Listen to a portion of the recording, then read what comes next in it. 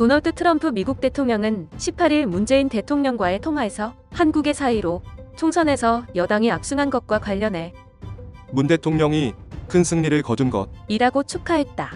트럼프 대통령은 이날 오후 10시부터 30분간 이뤄진 문 대통령과의 통화에서 한국이 총선을 성공적으로 치른 것을 축하하면서 이같이 말했다고 강민석 청와대 대변인이 서면 브리핑을 통해 전했다. 이에 문 대통령은 감사의 뜻을 표하고 최근 신종 코로나 바이러스 감염증 확진자 수가 크게 감소하는 등 사정이 호전된 것이 총선 승리에 큰 도움이 됐다. 고 답했다. 문 대통령과 트럼프 대통령의 이날 통화는 트럼프 대통령의 요청으로 이뤄졌다. 두 정상은 통화에서 코로나19 대응과 관련한 한미 공조 방안, 최근 한반도 정세 등에 대해 의견을 교환했다. 지난 3월 24일 코로나19 대응을 위한 통화 이후 25일 만에 두 정상 간 통화다. 당시 통화에서 트럼프 대통령은 미국 내 코로나19 대응을 위해 한국의 진단키트 등 의료물품 지원을 요청한 바 있다. 따라서 이번 통화는 한미 간 코로나19 대응 공조를 평가하는 동시에 추가 협력 방안을 모색하는 성격이라고 할 수 있다. 특히 트럼프 대통령은 이날 통화에서 한국의 코로나19 대응을 거론. 세계의 많은 나라가 코로나19로 어려움을 겪고 있는 상황에서 한국의 대응은 최상의 모범이 됐다. 고 평가했다. 지난달 24일 통화에서 한국이 굉장히 잘하고 있다고 언급한 데서 평가 수위를 높인 것으로 해석된다. 또한 트럼프 대통령은 한국이 진단키트 등 각종 물품의 수출이 가능하도록 적극 지원하는 등 한미동맹 정신이 훌륭하게 구현된 데 대해 감사의 뜻을 밝혔다고 강 대변인이 전했다. 문 대통령은 한국의 코로나19 상황에 대해 최근 이틀간 확진자 수가 10명대로 떨어지는 등 호전되고 있다고 언급하면서도 사회적 거리두기를 완화할지 여부는 아직 고심 중이라고 말했다. 나아가 미국 내 코로나19 증가세가 트럼프 대통령의 강력한 리더십 하에 가까운 시일 내 진정될 트럼프 대통령이 큰 관심을 두고 있는 경제 재건에 집중할 수 있는 상황이 빨리 오기를 바란다. 고 했다.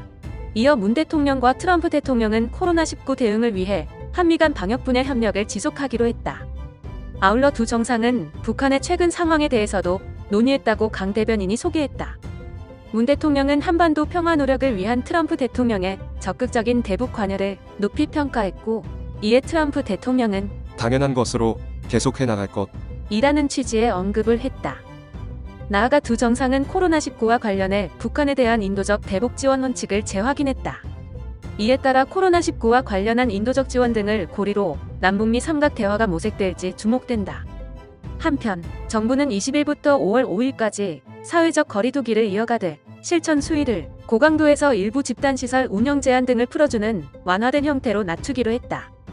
먼저 종교, 유흥, 실내 체육시설과 학원 등 4대 집단시설에 대한 운영 중단 권고를 운영 제한 권고로 변경했다.